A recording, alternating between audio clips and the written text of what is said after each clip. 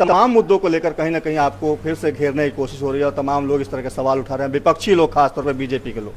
सर्वेश जी, आपके पास कौन तमाम लोग कह रहे हैं, ये बताइए। आप क्रिएट मत कीजिए। मैं बीजेपी की बात कर रहा हूँ। बीजेपी नहीं, आप बीजेपी की बात कर रहे हैं या आप बीजेपी की तरफ से बात कर रहे हैं? अब जो आरोप लगे हैं उस पर मैं पूछ रहा था। नहीं, कौन से, कब लगे? आपके पैदाइश से पहले ये मसान थाना में लगे? कहाँ लगे आरोप? कब लगे? आप बताएंगे कब लगे आरोप? आरोप की प्रामाणिकता आपके पास है क्या? नाराज होने की बात नहीं है, मैं नाराज।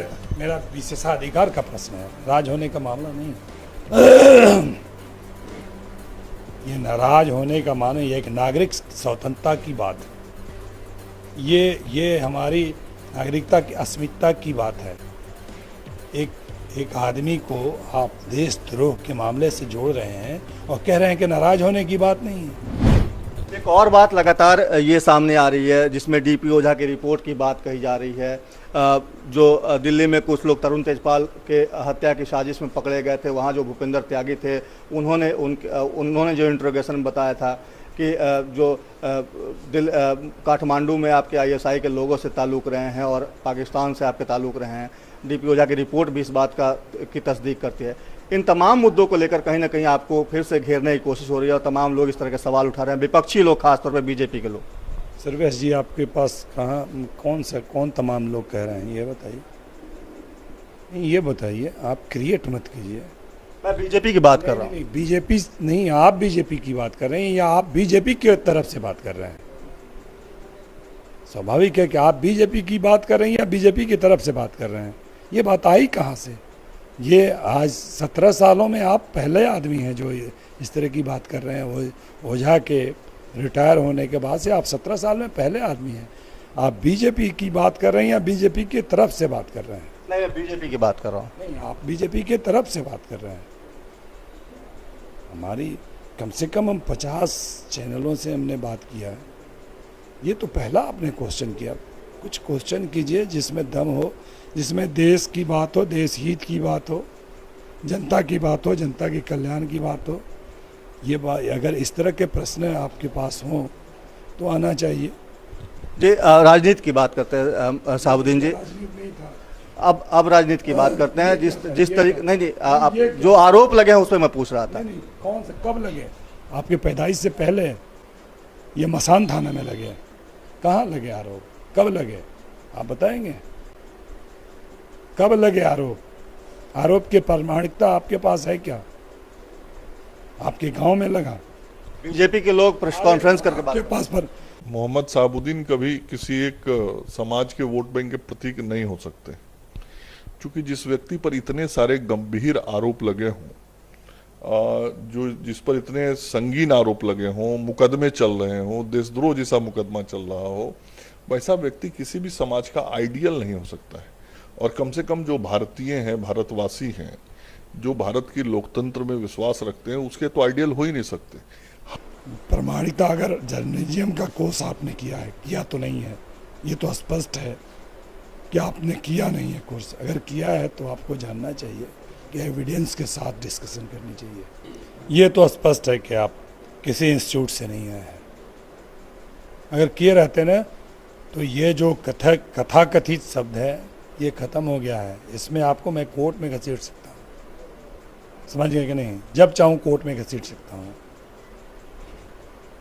नाराज होने की बात नहीं है, मैं नाराज। मेरा विशेषाधिकार का प्रश्न है, राज होने का मामला नहीं। ये नाराज होने का माने ये एक नागरिक स्वतंत्रता की बात है। ये हमारी नागरिकता की अस्मिता की बात है। एक आदमी को आप देशद्रोह के मामले से जोड़ रहे हैं और कह रहे हैं कि नाराज होने की बात नहीं है। सर्वेश जी, हम जितने दिन पॉलिटिक्स कर रहे हैं, आप स्कूल में रहे होंगे। हम जब से पॉलिटिक्स, हमारा पॉलिटिक्स 30 साल हो गया। आप 15 साल गोपालगंज स्कूल में रहे होंगे। 15 साल पहले हमारे 52 साल की उम्र हो गई। हम 23 साल में एमएलए बन गए। आपको जानकारी बहुत ज़्यादा है मेरे बारे में, और मैं आपको बता दूं कि दिल्ली यूनिवर्सिटी से मैंने मास कम्युनिकेशन किया। खैर, इस विवाद में नहीं पड़ते हैं। शहाबुद्दीन जी, ये जानना चाहेंगे, जिस तरीके से एक बात आ रही है कि जेडीयू के लोग कह रहे हैं कि नीतीश कुमार हमारे सर्वमान्य नेता हैं, और शहाबुद्दीन जी ने जो सवाल उठाया है, नहीं, उनके होंगे। हम अपने नेता की बात कर रहे हैं कि हमारे जो नेता हैं उनके होंगे नीतीश कुमार। निश्चित रूप से उनकी पार्टी है तो उनके नेता तो वही है ना। हमारे नेता के बारे में पूछिएगा तब मैं अपने नेता के बारे में बताऊंगा। अगर कोई पूछ रहा है, अगर किसी तरह का प्रश्न उठा है तो मेरे नेता के बारे में उठा कि मेरे नेता कौन है। तो मैंने यही कहा है ना, लालू जी हमारे नेता हैं, तो इसमें गलत क्या है? नहीं, परिस्थिति जन्य आपने मुख्यमंत्री बताया नीतीश कुमार। बिल्कुल, परिस्थिति जन्य का शब्द का अर्थ बता दें, हमें बता दें। आपने मास कम्युनिकेशन किया, बता दें। सिचुएशन से जो क्रिएट किया गया है, सिचुएशन बना हमें बीजेपी को रोकना था। हम उसके लिए कोई भी सेक्रीफाइस करने के लिए तैयार हैं। 3 पार्टियों का एक महागठबंधन बना। उस गठबंधन में ये तय किया गया, या इनकी डिमांड नहीं होगी कि हमें चीफ मिनिस्टर बना, या ये तय किया गया कि नीतीश कुमार को चीफ मिनिस्टर अगर बहुमत आता है तो बनाया गया। तो ये परिस्थिति जन्य इसको नहीं कहेंगे, क्या कहेंगे? इस शब्द में गलत कहाँ है? और ये शब्द का व्याख्या जरा आप ही कर दें। लेकिन आपके इस जवाब ने राजनीतिक तौर पे भूचाल ला दिया। महागठबंधन में इसको लेकर तरह तरह के सवाल उठने लगे। ला दे, आपके तरह सोच वाले तो हर डिपार्टमेंट में है ना। राजनीति में भी हैं, शिक्षा में भी हैं, पत्रकारिता में भी हैं। तो मेरी सोच इसमें कहाँ से आ जाएगी? इसमें तो पार्टी के लोग की थी। आपने शुरुआत की थी आईएसआई से शुरुआत करके और राजनीति पर लेके आए, तो विचार तो पता लगता है ना। विचार के बारे में तो पता लगता है ना कि ये विचार क्या है, आप पूछना क्या चाहते हैं। मेरा विचार कतई ऐसा नहीं है। आप मास कम्युनिकेशन किए होंगे तो एक पेपर लॉ का होता है, आपको ये जान लेना चाहिए कि मैं कोर्ट में घसीट सकता हूँ, या आप डॉक्यूमेंट्री प्रूफ दें किस तरह का है। कथाकथित बात पर भरोसा नहीं करें। ये मेरे छवि से जुड़ी हुई बात हुई, मेरे प्रतिष्ठा से, मेरे मान से जुड़ी हुई बात है, और मैं मानहानि करने में दिक्कत नहीं करूँगा।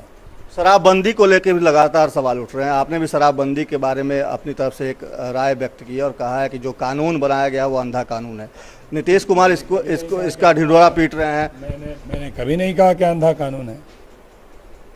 मैंने शराबबंदी पर इस तरह की आप न्यूज कम देखते हैं और सुनते ज़्यादा हैं। जो लागू करने के तरीके पे अपना आपत्ति है, सबको है कि लागू करने का तरीका बेहतर नहीं था, इससे बेहतर हो सकता था।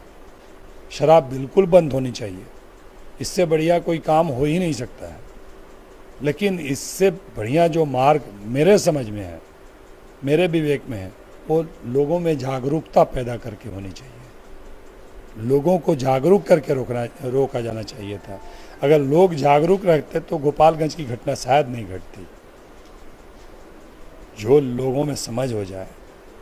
अब सिगरेट पर कई बातें बैन करने की, सिगरेट पर एडवाइजरी पार्लियामेंट ने यह तय किया कि उसके 80% कवर पर हम कॉशन देंगे, सावधानी का एक विज्ञापन देंगे, और दे रहे हैं। शायद मैंने देखा नहीं कभी सिगरेट के डिब्बा को। तो इस बात को कहा, इसमें राय देने में क्या बुराई है? हमको अपनी राय देने में या राय रखने में, वो चाहे नीतीश कुमार जी हों या लालू जी हों, उनको हमको अपनी राय रखने में क्या बुराई है? लगता नहीं कि इससे महागठबंधन में कहीं ना कहीं परेशानी खड़ी हो गई है? बिल्कुल नहीं। कहाँ खड़ी हुई है? क्या लालू यादव ने कुछ कहा? लालू यादव को तय करना है ना। हमने तो ये कहा कि हमारे नेता हैं।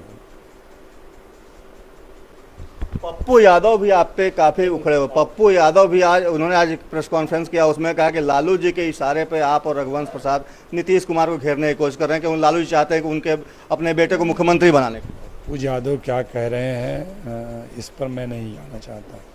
ये आप कह रहे हैं, न मैंने सुना है न मैंने खुद पढ़ा है, और मैं वही बातें करता हूँ, या तो मैं खुद सुनता हूँ, या खुद मैं देखता हूँ, या खुद पढ़ता हूँ। इसलिए पप्पू यादव क्या कह रहे हैं उस पर प्रतिक्रिया देने की कोई आवश्यकता मैं नहीं समझता।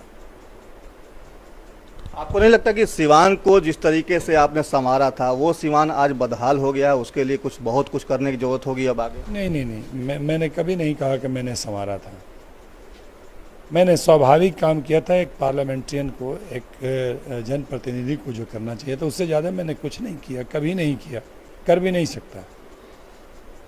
मैंने उसको ईमानदारी से करने की कोशिश की, नहीं हो सका। अभी तो सिवान आया हुआ मुझे 2 दिन हुए, 2 दिन में क्या समझें कि बदहाल है कि खुशहाल है? सिवान खुशहाल भी हो सकता है, बदहाल ही क्यों, खुशहाल भी हो सकता है।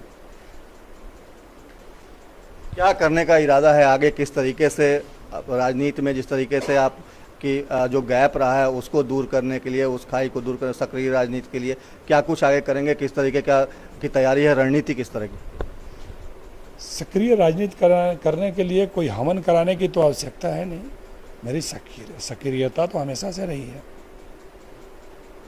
अब पहले रही है एडवाइस करके लोगों को करते रहे हैं सक्रिय।